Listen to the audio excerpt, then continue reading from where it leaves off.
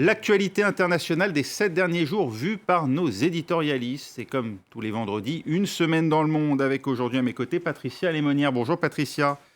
Avec Bonjour. également Ziad Liman, directeur du mensuel Afrique Magazine. Bonjour Ziad. Bonjour. Et avec Jean-Christophe Ploquin, rédacteur en chef et éditorialiste à La Croix. Bonjour Jean-Christophe. Bonjour Raphaël, bonjour à tous. Le dessinateur CAC est parmi nous, président de Cartooning for Peace. Bonjour CAC. Bonsoir Raphaël. Et cette semaine, la France a donc mis sa menace à exécution, sitôt prononcée le week-end dernier par Emmanuel Macron dans les colonnes du journal du dimanche. L'armée française suspend ses opérations conjointes avec les forces maliennes. Mesure conservatoire et temporaire, assure Paris, dans l'attente de garanties de la part des colonels maliens, notamment le retour au calendrier de la transition. Écoutez, le président français, il y est revenu. Notre priorité au Mali est la lutte contre le terrorisme et la présence de nos forces sur le terrain n'est pas un élément suffisant dans cette lutte. Elle nécessite aussi le renforcement d'institutions stables et légitimes. C'est pour cela que nous soutenons les efforts de la CEDEAO.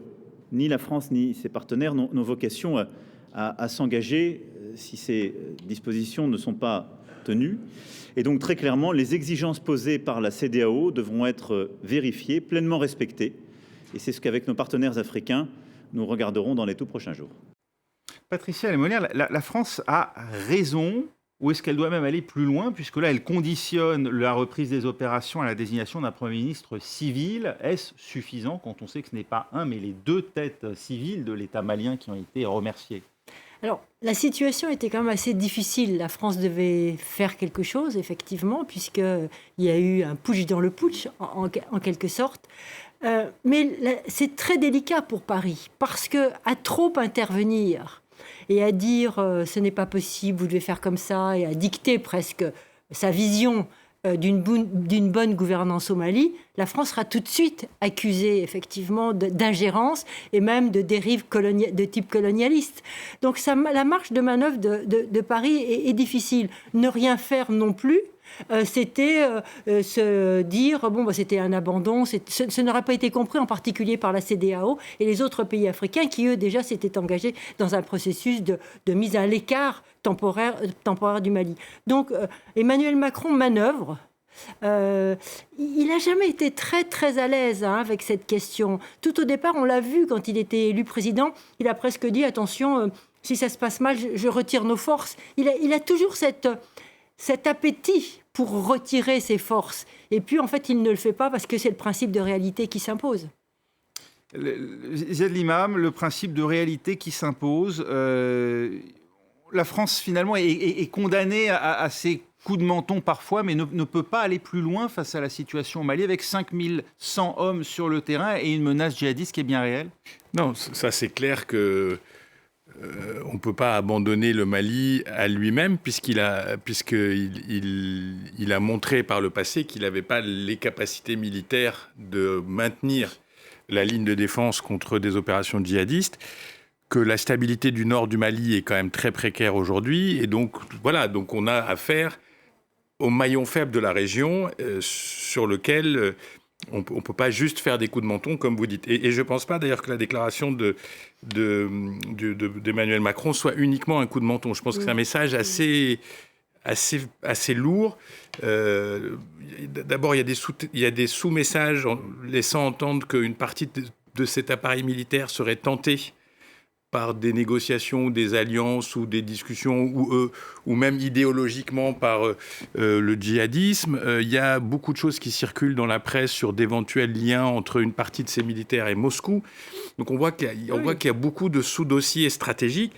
Et puis la France, elle n'est pas isolée sur ce dossier. En fait, elle est assez raccord avec les pays de l'UEMOA et de la CEDEAO, parce qu'en fait, ils ont le même problème. Ils ont le maillon faible au cœur de la région. Ils ont le problème qu'ils ne veulent pas donner un quitus aux militaires sur ce coup d'État. Il faut rappeler que tous les pays autour sont fragiles. Le Niger est fragile, je parle déjà des régimes civils, le Niger est fragile, le Burkina est fragile, la tentation kaki, ça peut venir. Et donc, il faut montrer quand même qu'il y a même un pays comme la Côte d'Ivoire peut... Donc voilà, il faut montrer que ça, c'est pas possible. D'où la décision de la CEDEAO de suspendre, etc. Mais jusqu'où on peut aller, etc. Et je pense que l'espèce de deal qu'on a trouvé, c'est un Premier ministre civil qui mène la transition présidentielle, sachant qu'il va avoir un président militaire. Le deuxième point, dont on parle très peu, c'est que le Mali a aussi besoin de soutien économique. Et ne peut pas se permettre de se couper complètement de toutes ses alliances locales, de son alliance avec la France. Il est soutenu aussi bien économiquement que militairement. Donc c'est difficile de mener une politique... je ne vois pas comment les militaires maliens peuvent mener une politique jusqu'au boutiste sans tenir compte de leur environnement régional et sans tenir compte de Paris. Économiquement, ils peuvent trouver d'autres alternatives. Jean-Christophe Ploquin, c'est pourtant pour le poste de Premier ministre, Choguel Maïga, un homme qui semble hostile à l'accord d'Alger de 2015 qui est désigné. Est-ce que là, ça peut être, en tout cas vers lequel on s'achemine, est-ce que ça pourrait poser un problème à terme, là aussi, pour la présence française ? Oui, je pense que la France, elle contrôle bien peu de choses sur la scène politique malienne. La France, elle contrôle Barkhane et le poids de Barkhane dans la lutte antiterroriste est évidemment déterminant au Mali et dans la région. Mais ce qui frappe quand même, c'est l'impuissance française, mais qui n'est pas... qui est à la limite normale. Après tout, la France a été longtemps suspectée d'ingérence dans pas mal de pays africains. C'était la France-Afrique. Aujourd'hui, on en est loin et c'est vrai aussi pour les pays de la région, d'Afrique de l'Ouest, qui voient avec consternation ce qui se passe au Mali. Mais au Mali, effectivement, il y a des enjeux qui sont extrêmement lourds, qui sont des tendances lourdes, une crise sociale qui est très importante, une crise économique très grave aussi, des mémoires ancestrales et ethnicisées. Tout ça, c'est des forces qui sont extrêmement puissantes à l'intérieur du pays. Il n'y a aujourd'hui plus aucun pouvoir susceptible de donner une dynamique au pays et d'essayer de contrer ces forces qui poussent un peu à l'explosion du pays. Et donc, est-ce que la nouvelle donne avec comme chef d'État donc le colonel Goïta et un Premier ministre qui reste encore à déterminer sera susceptible de calmer la situation et de donner une direction? Franchement, on ne peut qu'être très pessimiste sur l'avenir politique du Mali et du coup sur la réalité de l'efficacité d'une opération terroriste dans ce pays et dans la région. D'autant, Patricia Lémonière, que le mouvement dit du 5 juin avait appelé à manifester aujourd'hui. On sait que l'imam Dicko se tient à proximité immédiate. Bien sûr. Là aussi, on voit une situation qui pourrait échapper à la France avec un retournement contre la France, même peut-être demain. On a bien vu les manifestations précédentes, surtout celles avec l'imam Dicko ou le mouvement du 5 juin. Il y avait des manifestations pro-russes. Voilà, et pro-russes, il y avait des slogans très anti-français. Je crois que ce qui inquiète effectivement Paris en ce moment, c'est cette dérive anti-française qu'on ressent dans tous les pays de la région, et pas seulement qu'au Mali, qui progresse. On le voit au Burkina, on le voit dans bien d'autres pays. Et aussi cette tentation de discuter avec les mouvements islamistes. Alors, pas l'État islamique au Grand Sahara, mais il y en a d'autres, comme on le sait. Et donc, il y a cette tentation. L'imam Dicko, effectivement, tout le monde se connaît dans le pays. Donc, il y a des liens. Et on voit surtout, en ce moment, il y a une étude très intéressante qui montrait la dislocation, j'ai envie de dire, du nord et du centre. Et les habitants et l'émergence des pouvoirs des chefs traditionnels, il n'y a plus qu'eux qui tiennent en fait un peu le pays. Et la plupart des habitants ne croient plus en l'État. Ils ne croient pas non plus entre les chefs djihadistes parce qu'ils ont peur, ils sont rackettés, etc. Leurs gosses sont embrigadés. Donc il y a vraiment une déliquescence du Mali et avec un repli sur les pouvoirs traditionnels. Et je ne crois pas que ni l'imam Dicko, ni le président du mouvement du 5 juin représentent une alternative vraiment aussi stabilisatrice qu'il l'espère. Je ne crois pas en cette stabilisation-là. Il n'y a pas de consensus politique possible au Mali. Non, mais ce qui est dommage, c'est qu'il n'y ait pas de consensus politique pour dire que l'option militaire est la pire des options.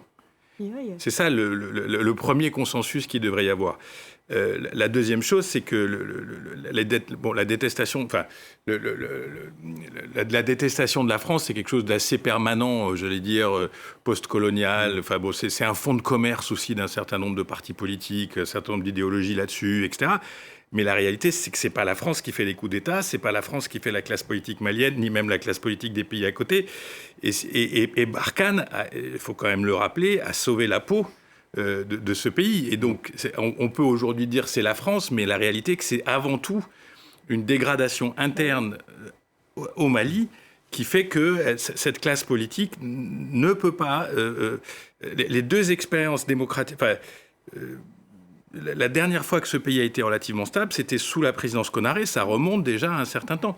Les deux derniers présidents ont été ATT et Ibeka sont tombés sur un coup d'État. Donc je pense que c'est vraiment une question malienne là, et que ce pays doit retrouver cette espèce d'énergie, enfin une énergie créatrice et unificatrice, parce que sinon le risque c'est vraiment...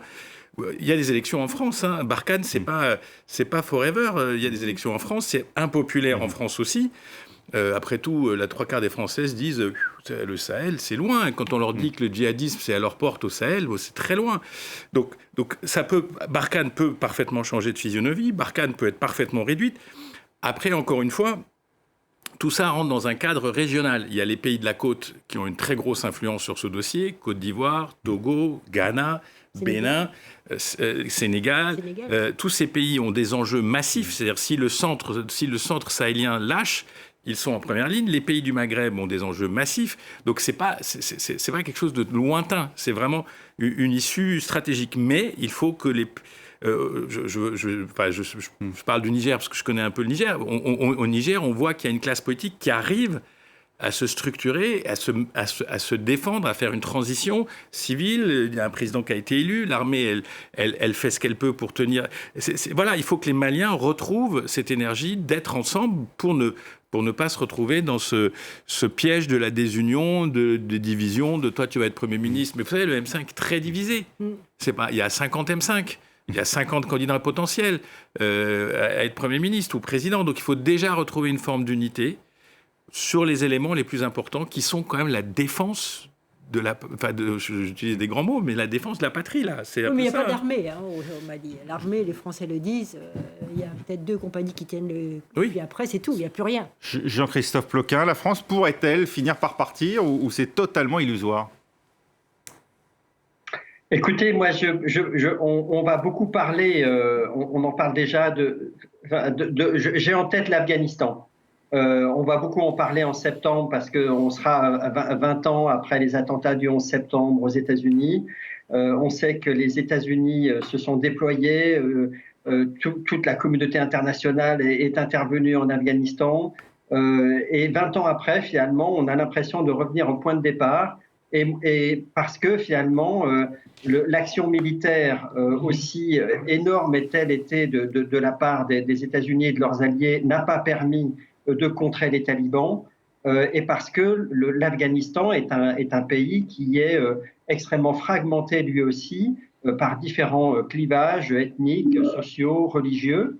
Voilà. Alors, entre l'Afghanistan et le Mali, il y a évidemment énormément de différences, mais moi je pense qu'un président un peu réaliste comme Emmanuel Macron doit se dire je ne vais pas attendre 20 ans pour tirer les conclusions en faveur d'un retrait du Mali.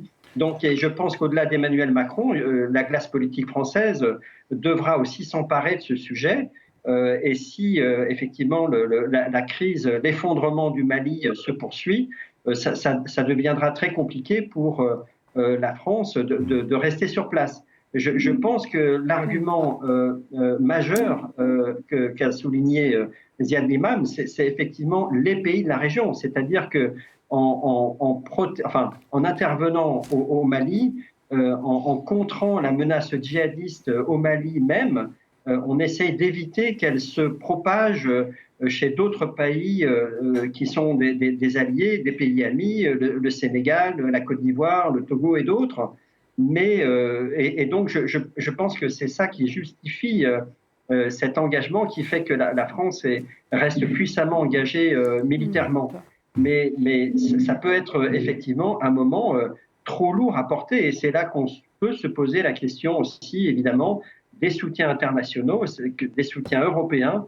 En quoi on peut arriver, pourquoi est-ce qu'on n'arrive pas plus vite à avoir des soutiens majeurs? Et je ne sais pas, on en est peut-être à se poser la question d'une intervention, enfin de l'ONU. Est-ce que l'ONU peut prendre les rênes du pays? Voilà, c'est des questions comme ça qu'on se pose en ce moment. CAC, les dessinateurs de presse face non pas au vide du pouvoir, parce qu'il est bien incarné aujourd'hui par Assimi Goïta, mais en tout cas ce bateau ivre à la tête du Mali. Alors 3 dessins, Raphaël, bonsoir à toutes et tous, 3 dessins, tous les 3 burkinabés, un voisin, pour illustrer cette situation. D'abord, le fameux Damien Glé qui s'est interrogé lui aussi sur les options qui s'offrent aux militaires, aux soldats français, mais lui plutôt du point de vue des soldats. Donc pour lui, il y a 3 options. Il y a rester au Mali, partir ou y rester, tout simplement. Un dessin assez dur. Et le même Damien Glé s'est ensuite mis du point de vue, je dirais, des habitants maliens eux-mêmes. Il a trouvé une belle illustration pour l'instabilité, cette sorte de roue de l'infortune. Faites vos jeux, leur propose, je crois qu'on le reconnaît, Assimi Goïta lui-même. Alors là, pas de chance, c'est pas tombé sur élection ni sur transition, c'est à nouveau tombé sur putsch. Et enfin, Victor Ndula lui-même s'interroge, un peu comme vous d'ailleurs, sur qu'est-ce qui va se passer chez les voisins. Donc il a imaginé une classe spécialisée en coup d'État où on cherche à copier les uns sur les autres. Alors le Malien vient d'être suspendu, mais ses voisins du Niger et du Tchad ont un œil assez intéressé sur la situation. Cette semaine, la France a décidé d'ouvrir la vaccination aux 12-18 ans à partir du 15 juin prochain. Déjà ouverte aux États-Unis et au Canada, l'Agence européenne du médicament s'était prononcée pour. Faut-il, Ziad Limam, vacciner les ados alors que COVAX, l'initiative mondiale pour la vaccination des pays les plus pauvres, manque de doses? Ça, c'est une question brutale, parce que j'aurais tendance à vous dire oui, il faut vacciner les ados. Oui, il faut plus de doses chez COVAX. Les deux vont ensemble. C'était pas le cas jusqu'à présent, puisqu'on entendait notamment l'OMS dire. Non, l'OMS dit on peut attendre de vacciner les ados euro-américains, euro-asiatico-américains riches, et donnons les doses COVAX pour le système COVAX. Mais moi, je pense que c'est vraiment 2 discussions séparées. D'abord, la plupart des euro-américains, maintenant, c'est de la vaccination Pfizer-Moderna. Et donc, cette vaccination Pfizer-Moderna, elle est peu adaptée au mécanisme COVAX. Par contre, ce qui n'est pas normal, c'est que les Américains sont assis sur un stock de dizaines de millions d'AstraZeneca qui pourraient parfaitement remettre dans le circuit. Et je pense que, franchement, dans ce dossier, il faut séparer les discussions. Je pense à tous les parents qui ont des enfants qui ont 12 ans aujourd'hui. Bon, c'est une décision quand même de les vacciner.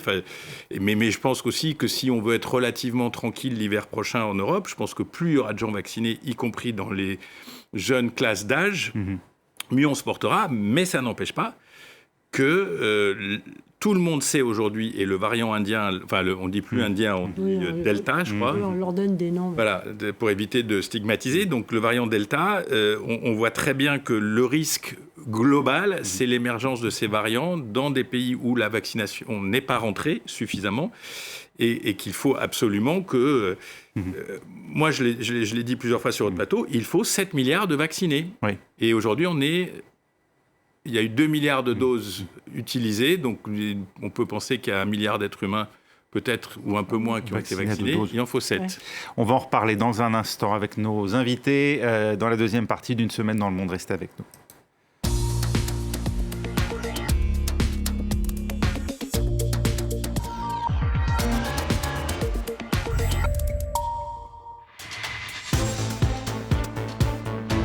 Et on poursuit notre tour du monde de l'actualité avec toujours à mes côtés Patricia Lémonière, avec également Ziad Limam, Jean-Christophe Ploquin de la Croix est également avec nous, ainsi que CAC pour Cartooning for Peace. Jean-Christophe Ploquin, est-ce qu'on a tort d'opposer effectivement les ados, en gros, les ados des pays riches, aux milliards de pauvres aujourd'hui à travers la planète qui ne sont pas vaccinés? Autrement dit, est-ce qu'il faut privilégier les uns sur les autres, ou au contraire, ce sont 2 problèmes totalement différents?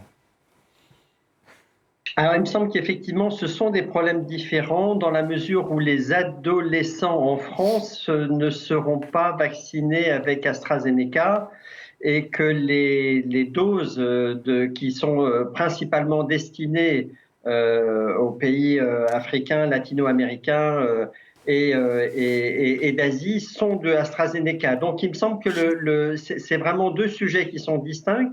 Et en ce qui concerne le mécanisme COVAX et la possibilité de vacciner beaucoup plus rapidement les populations du monde entier, je pense que là, on est vraiment sur un enjeu de production plus rapide d'AstraZeneca ou d'autres vaccins qui vont petit à petit apparaître. Sanofi, après tout, va bien finir par arriver à fabriquer son vaccin et il sera lui aussi sur le marché. Et puis, il y a aussi donc, ces dizaines de millions de doses qui existent d'AstraZeneca dans un certain nombre de pays, principalement les États-Unis, et qu'il faut pouvoir aussi finalement transporter très rapidement et utiliser grâce au mécanisme COVAX ou à d'autres mécanismes. Donc l'enjeu de la vaccination rapide, il est d'abord, parce qu'à un moment on parlait aussi de l'enjeu de la levée des brevets sur la fabrication des vaccins, et cet enjeu est toujours présent, il va être discuté à l'Organisation mondiale du commerce, mais par exemple la position des Européens est de dire peut-être qu'un jour il faudra lever finalement le secret sur ces brevets et permettre à des pays qui n'en sont pas détenteurs de les produire. Mais pour le moment, pour aller vite, il faut surtout relâcher, je dirais, les stocks immenses de vaccins qui existent dans les pays riches, les stocks principalement d'AstraZeneca. Patricia Lémonnière. Et ça concerne beaucoup les États-Unis. Oui, Patricia Lémonnière. Cette question aujourd'hui de la vaccination, elle interroge lorsqu'on voit qu'au Royaume-Uni, l'un des pays les plus vaccinés d'Europe, eh bien, on voit une résurgence aujourd'hui du nombre de cas. On passe au-delà des 5000 cas supplémentaires par jour. Ça fait plusieurs semaines qu'on n'avait pas vu ça. Est-ce qu'il faut s'inquiéter des effets, même de l'efficacité du vaccin ? Écoutez, pour l'instant, toutes les études tâtonnent sur les effets. Il y a les Indiens qui ont communiqué, les Britanniques qui ont communiqué, qui essayent de trouver. Je crois que, évidemment, il y aura des mutations. Nous en parlions, l'absence de vaccination en Afrique ou dans le monde entier, les milliards de vaccinations qui nous manquent, eh bien, permettent cette fabrication et cette émergence de nouveaux virus. Donc effectivement, il faut s'inquiéter non pas de l'émergence de nouveaux virus, mais de la lenteur de la vaccination. Quand on sait qu'en Afrique, pour une centaine d'habitants, je crois que c'est moins de 3 habitants qui sont vaccinés. Aux États-Unis, c'est 87. En Europe, on arrive bientôt aux 50. Donc, si vous voulez, il faut vacciner là où se fabriquent à la limite, effectivement, les variants. Et les variants qui inquiètent le gouvernement britannique arrivent d'Inde. Donc les clusters sont ainsi faits. Mais la France n'a pas tort, d'une certaine manière, aujourd'hui, d'ouvrir le territoire aux vaccinés sans preuve, sans PCR, sachant qu'on sait que le vaccin n'empêche pas d'être transmetteur. Ça concerne sans avoir à présenter de test PCR à partir du 9 juin. En Europe. Oui. Mais par exemple, les Britanniques, eux, doivent, justement à cause de... Et pour l'instant, les Britanniques doivent présenter un test PCR. Il faut bien que de rappeler que le Royaume-Uni, ce n'est plus l'Union européenne. Ce n'est plus l'Union européenne, mais on le fait pratiquement parce qu'il y a ce variant. Et je crois qu'il faut dire que cette carte qui vient d'être publiée est susceptible d'être aménagée en fonction de l'évolution de ces variants. Mais il y a aussi beaucoup de non-dits. L'Angleterre a beaucoup vacciné en première dose. Donc il y a des gens qui sont à mi-parcours. Deuxièmement, comme dans tous les pays, parce qu'on commence à avoir des exemples, il y a ce plateau vaccinal dont on s'aperçoit qu'à un moment, on touche une limite que les gens ne veulent pas aller se faire vacciner. On a même eu des plateaux vaccinales sur des premières doses avec des gens qui ne voulaient pas faire de deuxième dose. Donc on voit que dans les pays comme aux États-Unis, etc., on voit qu'il y a une résistance, il y a un plateau de résistance. Mais on a des éléments d'études qui posent le problème de l'efficacité. Quand on regarde Israël, on a 80% de gens vaccinés ou 70%, Moderna, Pfizer, avec d'excellents résultats et très peu de résurgence. Après, Israël n'est pas connecté. Oui, et le pays n'est pas connecté à l'Inde. Aux États-Unis, il y a une étude du CDC qui est vraiment très impressionnante sur le nombre de cas extrêmement faible chez des gens vaccinés 2 fois plus qu'un jour avec Pfizer, Moderna. C'est-à-dire qu'on arrive à 1% de l'ensemble.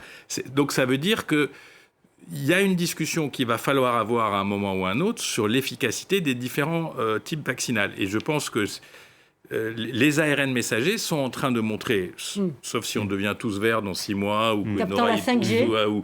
ou qu'il se passe des trucs bizarres. Mais pour le moment, les procédures ARN messagers semblent montrer qu'elles sont les plus efficaces pour empêcher la diffusion de la maladie. Et puis, il y a comme vous disiez, il y a plein de facteurs. Je veux dire, les gens qui étaient connectés à l'Inde, il y a du variant Delta. Les gens qui sont isolés, il n'y a pas de variant Delta. J'ai vu que les pays du Golfe avaient été placés en ligne rouge, puis maintenant, Qatar, les Émirats ont été replacés. Donc ça change tout le temps. Et c'est pas prêt de changer tant qu'on n'arrivera pas à ce fameux seuil de 60, 70, 80% de gens vaccinés déjà chez nous et dans le reste du monde. On va attendre un peu, je crois. 2022, à mon avis. 23. Les dessins de presse avec CAC sur cette question de la vaccination des adolescents et puis bien sûr du partage avec les pays en développement. Alors c'est vrai, Raphaël, que sans doute dans des pays ultra privilégiés comme la France, par exemple, le public ne se pose pas tellement la question de combien ça coûte de me faire vacciner, puisque on prend rendez-vous sur son portable, on y va, on vous demande absolument rien. C'est pas ce qu'en pense Soulcier pour le reste du monde, puisque vous voyez ce dessin qu'il a fait pour le magazine Fakir. Pour une fois, Soulcier ne cherche pas spécialement à vous faire rire, et donc il a imaginé, vous voyez, cette sorte de charnier, on pourrait dire, au pied de quoi? Eh bien, d'un petit distributeur, ou pas un distributeur d'ailleurs, d'un instrument de paiement à carte bleue, pas de carte, pas de vaccin. Revenons à une thématique un peu plus légère, celle des nouveaux noms de ces variants. Vous savez qu'on ne doit plus leur donner les noms des pays. Je vois que d'ailleurs Ziad est au fait du jour. Donc comme le dit Chapat dans Le Temps, il y aura donc désormais alpha, bêta, gamma pour éviter la stigmatisation. Utilisons donc l'alphabet grec. Et pourquoi grec ? Demande un F-zone dans le fond de l'image. Et enfin, bon, nous, tout ce qui nous importe, puisque de toute façon, chez nous, c'est gratuit, n'est-ce pas? C'est est-ce qu'on va pouvoir se faire vacciner avant de partir à la plage? Ne vous inquiétez pas, nous dit la SERP, même quand vous y serez, regardez ce petit vendeur de plage qui ne crie pas « chouchou, beignet », mais qui crie « Moderna, AstraZeneca, Pfizer ». Cette semaine, enfin, Benyamin Netanyahou a peut-être vu s'achever son règne de 12 années sans discontinuer à la tête d'Israël. Cette image a fait le tour des réseaux sociaux, celle des adversaires de Benyamin Netanyahou, le centriste Yair Lapid aux côtés du leader de la formation islamiste Ram, Mansour Abbas, et du chef de file de la droite radicale, Naftali Bennett. Un attelage précaire, Jean-Christophe Ploquin. Oui, totalement. La photo résume bien effectivement la grande diversité finalement dans cette coalition. Donc, il y a 8 partis qui essayent de se rassembler, enfin qui ont signé un accord donc pour renverser en quelque sorte le Premier ministre sortant Benjamin Netanyahou. Il y en a 2 de gauche, il y en a 2 de centre, il y en a 3 de droite et il y a un parti arabe qui est un petit peu à part dans l'électorat, enfin dans l'échiquier politique israélien. Mais en même temps, tous les opposent, mais un point commun, donc le tout sauf Bibi. Et en même temps, ça montre bien aussi finalement une forme de grande confusion sur la scène politique israélienne. Finalement, on ne voit plus trop où sont les clivages idéologiques et on peut se poser la question, est-ce qu'il y a encore des clivages idéologiques en Israël? Qu'est-ce qui vraiment devient un élément de distinction majeure sur des programmes politiques, sur des programmes économiques, des programmes sociaux? Il y a évidemment des positions qui sont différentes, mais là, le seul point commun, c'était ce côté tout sauf Bibi. Il y a aussi un phénomène qui est lié en fait à la démocratie parlementaire, et donc là, c'est pas seulement Israël qui est concerné, mais c'est un phénomène qu'on voit y compris en Europe, dans des pays comme les Pays-Bas ou comme le Danemark, parfois, pour créer une coalition parlementaire, pour avoir une majorité au Parlement. On voit des partis qui plutôt que d'aller chercher des alliés très proches idéologiquement, vont aller chercher des alliés dans le camp d'en face, et ça donne parfois des coalitions qui peuvent tenir 2 ans, 3 ans. C'est vrai qu'on n'a pas l'habitude de ces logiques-là dans la France, qui est organisée avec un système présidentiel, la Ve République, mais on sait que ça peut exister. Mais voilà, je pense qu'on peut parier que cette coalition, si elle arrive à se mettre en place, parce qu'il y a encore des débauchages qui sont possibles, Benjamin Netanyahou va mettre le paquet pour essayer d'empêcher le vote en faveur de cette nouvelle coalition.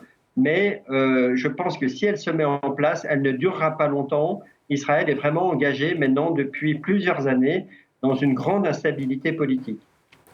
Faut-il s'attendre, Patricia Lémonière, à une réorientation politique lorsqu'on sait que Nathalie Bennett, par exemple, est favorable à l'annexion de la majeure partie de la Cisjordanie? Or là, il signe avec un parti, pour la première fois, une formation islamiste qui, même si elle ne participera peut-être pas au gouvernement, va le soutenir. Et quand on sait aussi que la dite coalition n'a pas prévu de revenir sur le fameux statut juif d'Israël, ce qui là aussi peut poser un problème aux Arabes israéliens qui deviennent de fait des citoyens de seconde zone. Alors la coalition, c'était tout sauf Benjamin Netanyahou. Il n'a pas dit son dernier mot. Il n'a pas dit son dernier mot. Je pense qu'il va se battre. Il va tâcher de retarder au maximum le vote à la Knesset. Il va tout faire parce qu'il sait qu'à terme, il y a 3 procès et que dans ce pays, Israël, la justice a déjà envoyé un Premier ministre et un président, si je ne me trompe pas, en prison. Donc, il connaît l'avenir qu'il pourrait avoir.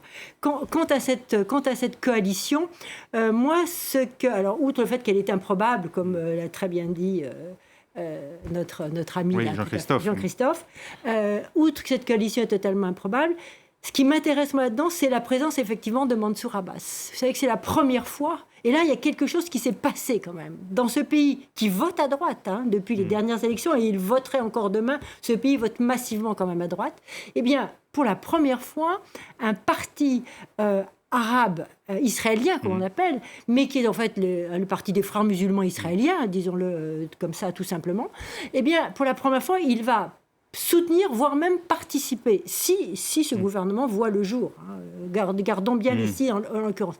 C'est une rupture. Il y avait un cordon sanitaire qui était quand même existant autour de tous les partitionnistes. C'est la première fois que ça se passe. Oslo, ce n'était pas ça. Oslo, c'était apporter son soutien à des accords. Ce n'était pas participer à un gouvernement. Donc là, je crois qu'il y a quelque chose qui s'est passé.